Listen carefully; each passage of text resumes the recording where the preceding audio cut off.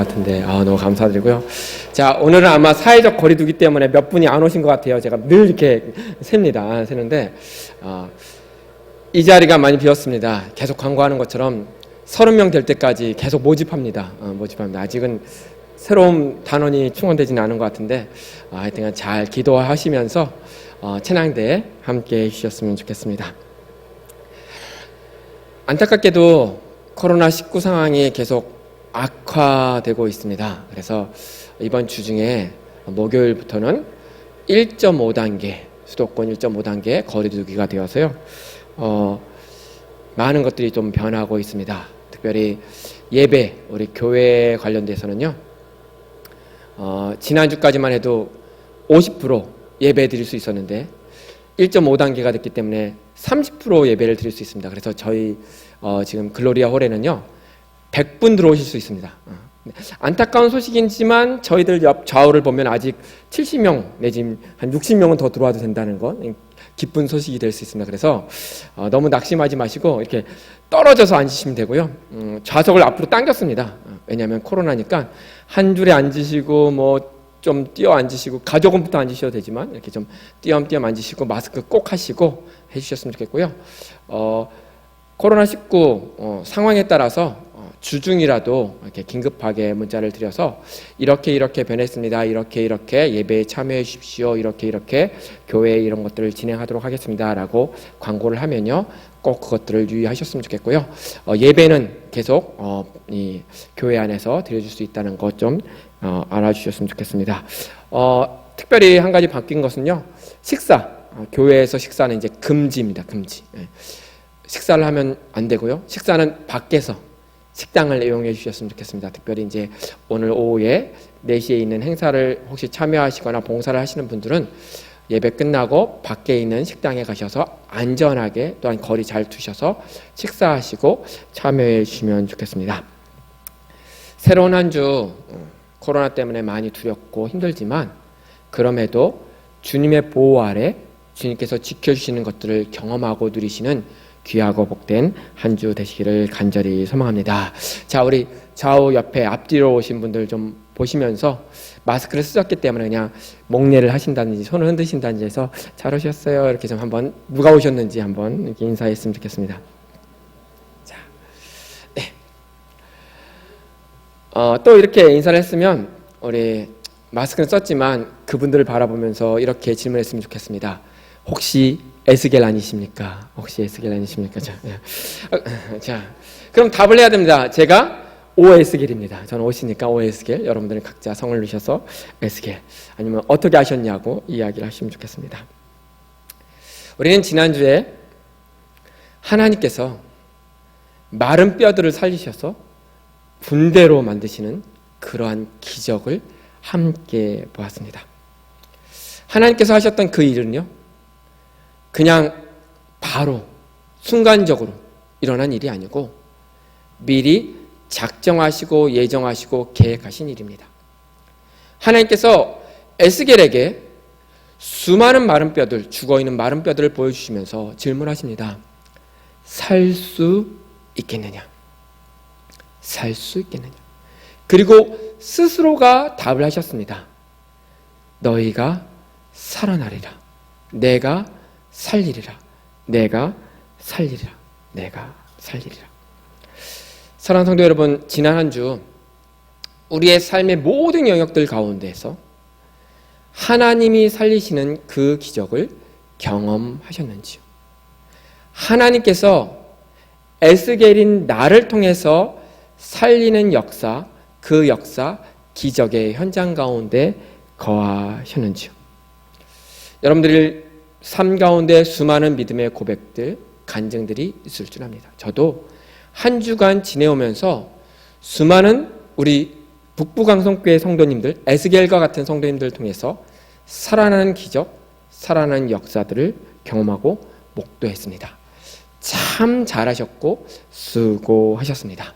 또한 지난 한 주뿐만이 아니라 오늘부터 시작되는 또 한 주 가운데도 그러한 기적들, 그러한 역사들, 그러한 은혜들이 있을 것들을 기대하고 바라고 있습니다. 교회를 살리고 가정을 살리고 사업, 직장, 나라와 민족을 살리는 일들 가운데 행하시는 우리 수많은 여러 에스겔 우리 성도님들을 축복합니다. 그러한 일들이 더 많아지기를 간절히 소망합니다. 오늘 본문은요, 11절부터 14절까지의 본문은 하나님께서 왜 에스겔을 통해서 그 마른 뼈들, 죽어있는 죽음의 현장을 생명으로 바꾸셨는지에 대해서요, 명확하고 구체적으로 설명하시는 장면입니다. 에스겔에게 직접 그 모든 기적이 왜 일어났는지를 설명하고 있습니다. 11절 전반부에 보면요, 이렇게 선포하고 있습니다. 또 내게 이르시되 인자야. 다 살아났습니다. 다 일어났습니다. 다 생명을 얻었습니다. 군대와 같은 사람들이 됐습니다. 그리고 나서 하나님께서 에스겔에게 에스겔아, 에스겔아 하고 부르시면서 지금 일어나고 목격한 그 모든 기적이 어떠한 의미를 가지고 있는지 하나하나 설명하고 있습니다. 이 뼈들은, 이 말라서 죽어있던 뼈들은 이스라엘 온 족속이라. 하나님이 보이셨던 기적, 그 기적의 이면에 그 뼈들이 어떤 존재였는지 하나님께서 에스겔에게 명확하게 말씀하십니다. 이 뼈들은 이스라엘에 있는 온 족속이다, 이스라엘 백성이다 라고 이야기하고 있습니다. 그냥 죽어있는 사람들이 아니고요, 그들의 신분, 존재, 그들의 소속을 명확하게 밝히시면서 에스겔에게 설명하십니다. 에스겔이 보았던, 이스라엘 멸망 가운데서 보았던 수많은 백성들의 죽음, 그들의 죽음을 살리신 하나님, 그리고 지금 현재 에스겔은 바벨론 땅에서 포로로 지내면서 수많은 동포들과 함께 노예로 전락해서 비참한 삶을 살고 있는 그 절망 가운데 하나님께서 이 뼈들이 이스라엘 온 족속, 지금 바벨론 땅에 거하고 있는 너희 노예들, 이스라엘 동포들이다라고 설명하고 계십니다. 그리고 나서 하나님께서 또 말씀하십니다. 11절 뒷부분에 보면요, 그들이 이르기를 하나님께서요, 그 이스라엘 온 족속들이 하는 그 말 한마디 한마디, 입술의 고백, 마음의 생각을 들으시고 그것에 대해서 에스겔에게 설명하고 계십니다. 이스라엘 온 족속들, 포로로 잡혀갔던 노예로 살고 있는 이스라엘 백성들, 아니 죽어버린 이스라엘 동포들이 어떻게 고백하고 어떻게 이야기했는가. 11절 뒷부분에 이렇게 기록되어 있습니다. 우리들의 뼈들이 말랐고, 이스라엘 온 족속이라고 하는 이 뼈들이요 스스로에게 이야기합니다. 우리는 말랐다, 우리 끝났다, 우리 죽었다, 우리는 완전히 소멸했다. 또 이야기합니다. 우리의 소망은 없어졌으니. 그들이 하소연, 그들의 절망의 그 절규를 하나님이 들으셨습니다. 우리에게는 소망이 없습니다. 우린 다 끝났습니다. 우리 망했습니다. 우리 죽었습니다. 우리 지금 노예입니다. 우리는 다 멸절되었다 하느니라. 우리는 정말 끝났고 우리나라도 망했고 다 포로로 끌려왔기 때문에 멸절이라는 단어를 쓰면서 절망의 끝에 있는 그 이스라엘 온 족속들이 외치고 있는 절규를 하나님께서 들으셨습니다. 하나님이 들으시고 하나님이 너무나도 사랑하는 백성들의 이 비명소리를 들으시고 하나님께서 소망을 선포하십니다. 하나님께서 꿈을 이야기하십니다. 하나님께서 진정 그 이스라엘 백성들에게 자신의 마음을 선포하십니다. 그것이 바로 12절 말씀입니다. 그러므로 너는 대언하여 그들에게 이르기를.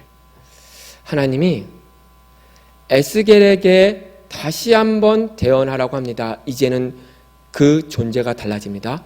뼈들이 아니고 이스라엘 족속들. 절망하고 좌절하고 소망이 없다, 우리는 멸망했다, 멸절되었다라고 고백하고 생각하고 마음에 그것들을 품고 있는 이스라엘 온 족속에게 이야기해라, 내 말을 전해라 라고 하면서 하나님께서 에스겔에게 할 말을 알려주십니다. 12절 뒷부분에 보면 주 여호와께서 이같이 말씀하시기를 내 백성들아, 하나님이 이스라엘 백성들에게 말씀하십니다. 내 백성들아, 내 백성들아, 내 백성들아, 절망하고 좌절하고 실망하고 낙심하고 소망을 포기하고 죽었다라고 고백하고 있는 이스라엘 족속들에게 말씀하십니다. 내 백성들아, 내 백성들아, 내 백성들아, 내가, 나 여호와 하나님이 내가 너희 무덤을 열고 무덤을 연다고 하십니다. 죽음에서 그 죽음을 열어두신다고 말씀하십니다. 너희로 거기에서 나오게 하고, 하나님 말씀하십니다. 에스겔을 통해서 대언하십니다. 내가 살리겠다. 너희들은 죽었다라고, 멸절되었다고, 이제는 더 이상 소망이 없다고 하는데, 내 백성들아, 내가 그 절망을 깨트리겠다. 내가 그 죽음을 깨트리겠다. 그리고 너희로 살아나게 하겠다. 그리고 이스라엘 땅으로 들어가게 하리라. 너희들 지금 바벨론 땅에서 슬퍼하며 아파하며 소망 없어하며 우리가 이곳에서 노예로 이제 이곳에서 죽는구나, 이곳에서 고향 한번 못 가보고 생을 마감하는구나, 그래 우린 나그네, 우린 노예지, 우린 노예지. 그때 하나님이 말씀하셨습니다. 돌아가게 하겠다. 돌아가게 하겠다. 돌아가게 하겠다. 마른 뼈, 그 기적은요, 하나님께서 이스라엘 백성들에게 행하시는 그 기적을 의미한다라고 하나님이 직접 에스겔에게 설명하고 계십니다. 내가 지금 너와 함께 포로로 잡혀서 노예로 살고 있는 이 바벨론 땅의 절망에 있는 이스라엘 백성들, 내 백성들, 내 자녀들, 내가 건져서 살리고 구원하고 다시 이스라엘 땅으로 보내겠다. 이것을 너는 그들에게 전해라, 전해라, 전해라. 하나님의 약속입니다. 하나님의 약속입니다. 하나님의 말씀입니다. 어떻게 되었을까? 오늘 본문 뒤로는요, 그 이야기가 나오지 않습니다. 그래서 다른 본문을 함께 살펴보겠습니다. 역대하 36장 말씀입니다. 우리 함께 좀 찾아서 같이 읽도록 하겠습니다. 역대하 앞부분에 있죠. 역대하 36장 23절 말씀에 기록되어 있습니다.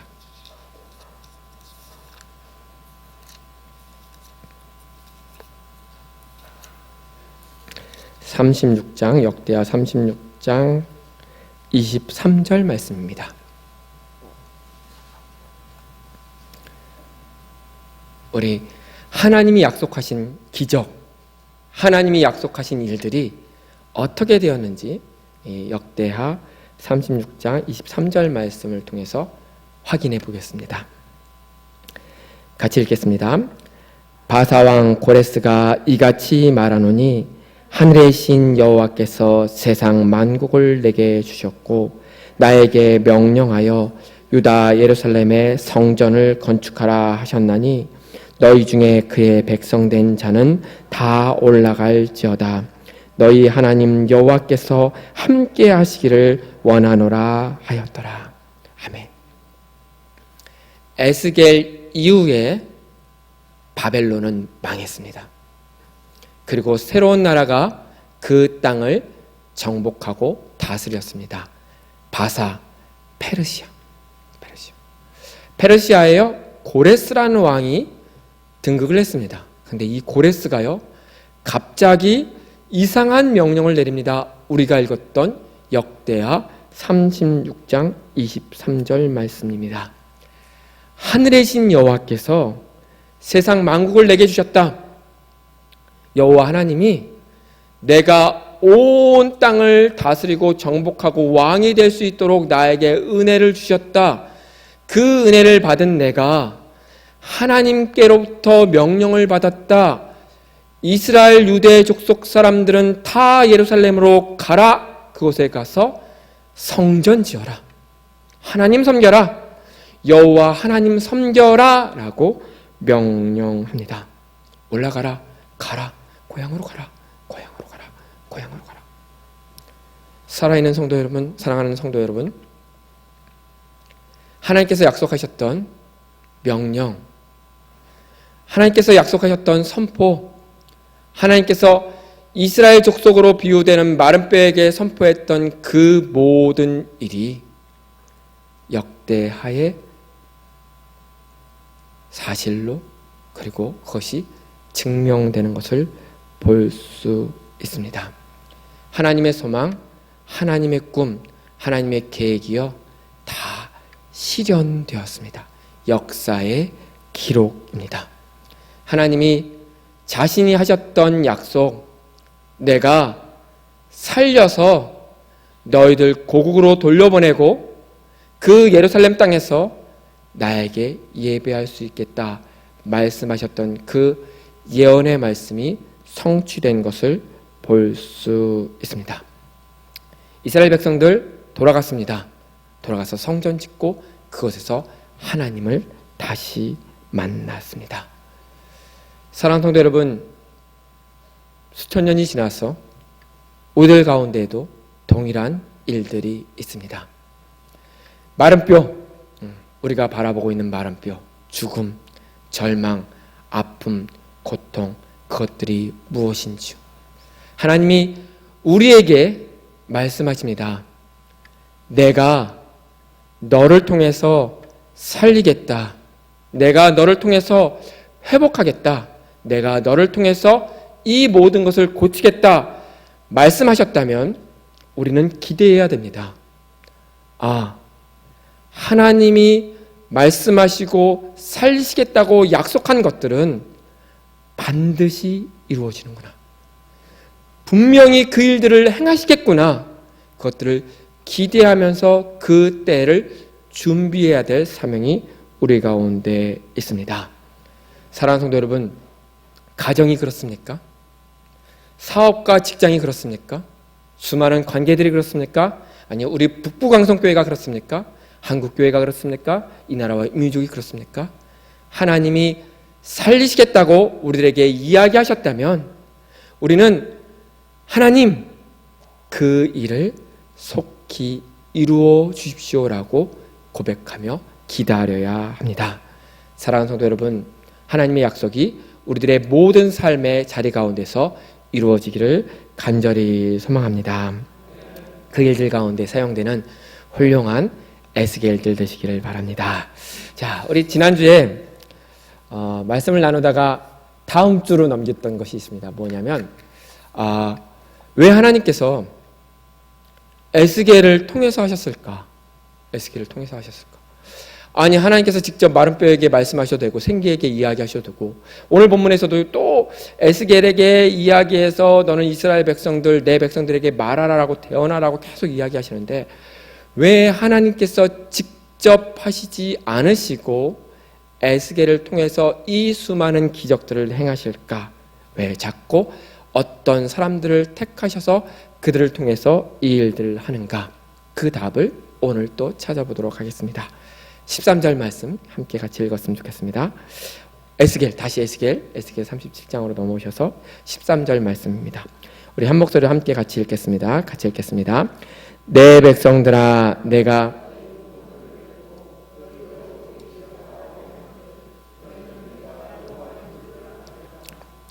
14절도 한번 다시 한번 읽어볼까요? 같이 읽겠습니다.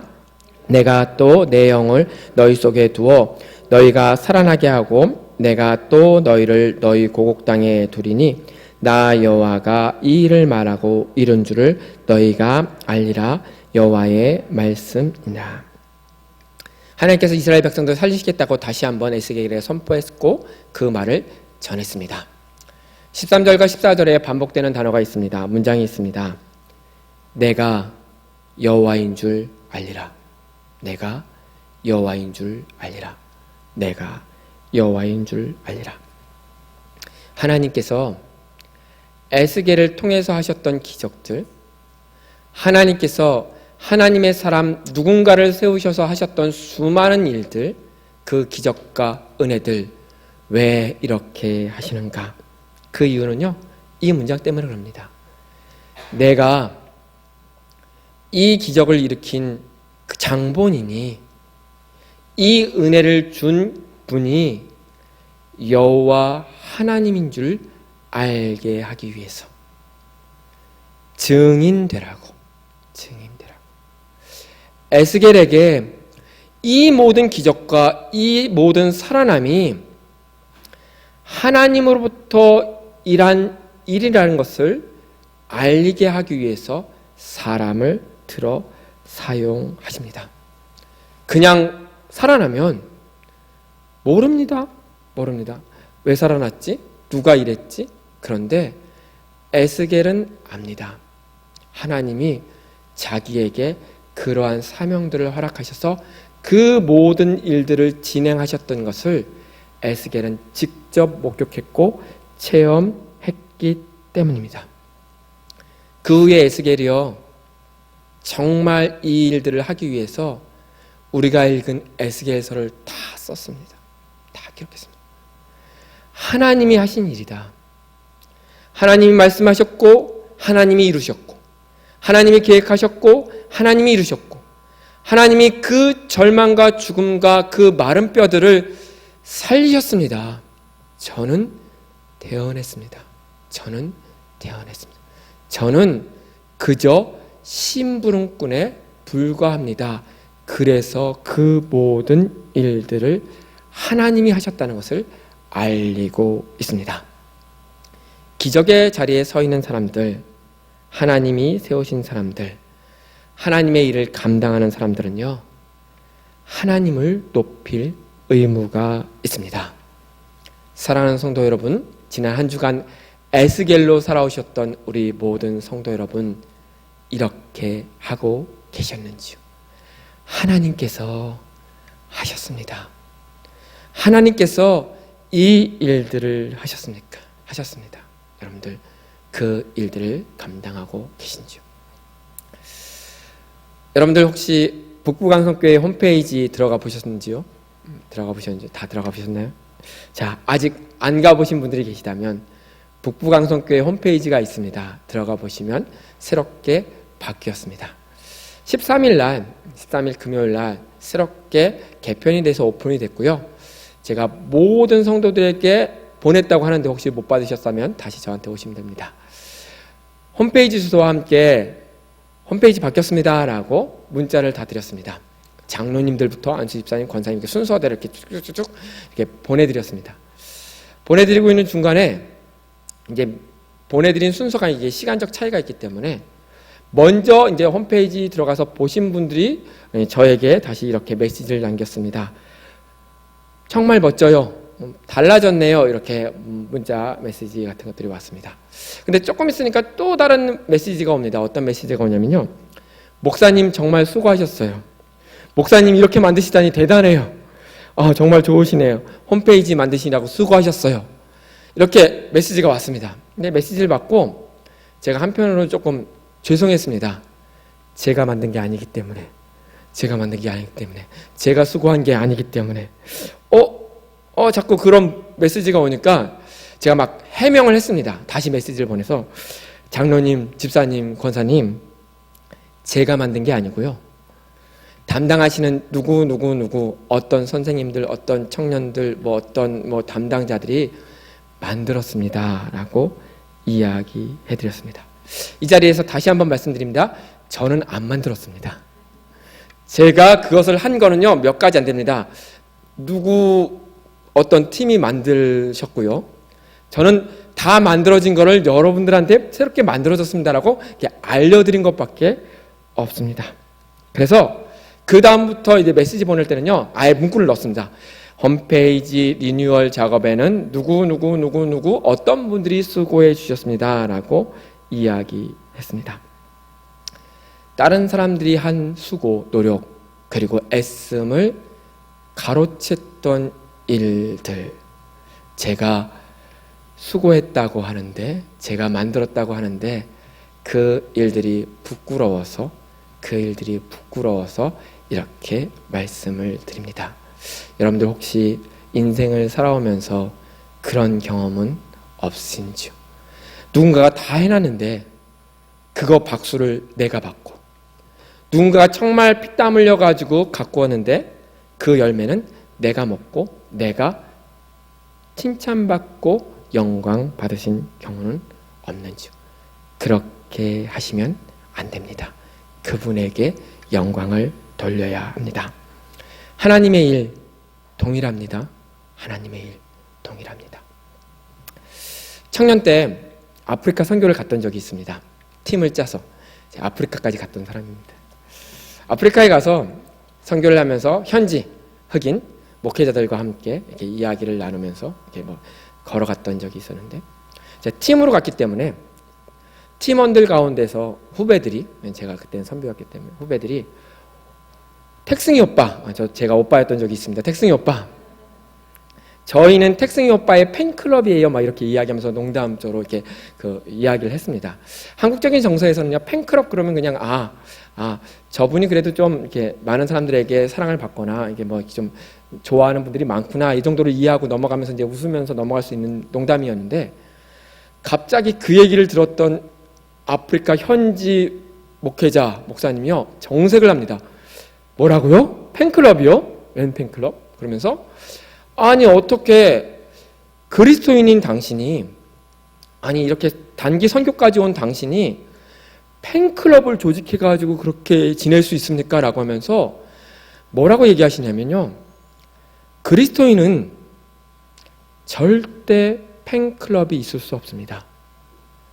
그리스도인은 예수님께로만 집중해야지 그 모든 영광과 칭찬과 사랑과 박수와 존경과 격려, 이 모든 것을 자기 쪽으로 돌려서는 안 됩니다 라고 강하게 이야기해서 분위기가 정말 이상해졌습니다. 이게 농담을 한 건데 분위기가, 제가 아주 나쁜 사람이 됐고 제가 모든 영광을 가로채서 팀원들의 사랑과 존경을 받는 사람으로 됐습니다. 그때 알았습니다.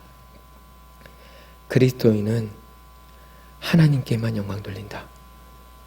그리스도인은 하나님께 모든 시선을 올린다. 에스겔이 이 기적을 선포하고 이 일들을 하고 나서 그 모든 영광을 스스로가 받았다면 어떠한 일이 벌어졌을까요?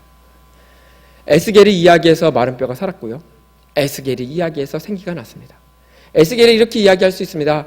내가 이야기해서 이스라엘 백성들 해방되지 않았느냐? 내가 이야기하니까 내가 예언한 것 다 이루어지지 않았느냐? 그래서 우리 민족이 예루살렘으로 돌아가지 않았느냐? 내가 했다. 그랬다면 어떻게 되었을까? 사랑하는 성도 여러분, 그리스도인 한 주간 에스겔로 살아오셨던 많은 성도 여러분, 우리의 삶, 우리를 택하여서 들어쓰신 모든 이유는 하나님께서 영광 받으시기 위함입니다. 스스로가 그 영광의 자리에서 하나님의 영광을 가로채는 일은 결단코 있어서는 안 되는 일입니다. 하나님께서 북부 광성교회를 살리셨습니다. 하나님께 영광. 하나님께서 한국교회를 살리셨습니다. 하나님께 영광. 하나님께서 우리 가정을 살리셨습니다. 하나님께 영광. 하나님께서 우리 사업을 살리셨습니다. 하나님께 영광. 하나님께서 우리나라를 살리셨습니다. 하나님께 영광. 하나님께 영광. 하나님께 영광. 하나님께서 에스겔 우리들을 들어 사용하신 이유는 하나님이 하셨다는 것을 알리기 위함이고, 그 모든 영광을 하나님께서 받기 위하심입니다. 알고 있는 찬양 가운데 이런 찬양의 가사가 있습니다. 나의 작은 이름이 주보다 드러난다면 그분의 크신 이름 뒤로 시들어 떨어지기를. 그렇게 내가 바라는 소망이 하나 있다면 그분의 이름 그 뒤로 비껴 서는 것. 그리스도인은요, 특별히 부름받아서 에스겔과 같이 정말 아름다운 하나님의 사역을 하는 우리들은 우리의 이름을 내기보다는 하나님의 이름, 우리 주님의 이름을 남기는 것이 그리스도인들의 올바른 삶의 마지막입니다. 사랑하는 성도 여러분, 정말 수고하시고 아름답게 그 사명들을 잘 감당하고 계십니다. 정말 잘하셨습니다. 그리고 그 후에 예수 그리스도 하나님의 이름을 남기시는 모든 성도님들 되시기를 간절히 소망합니다. 우리 이 시간에 좀 함께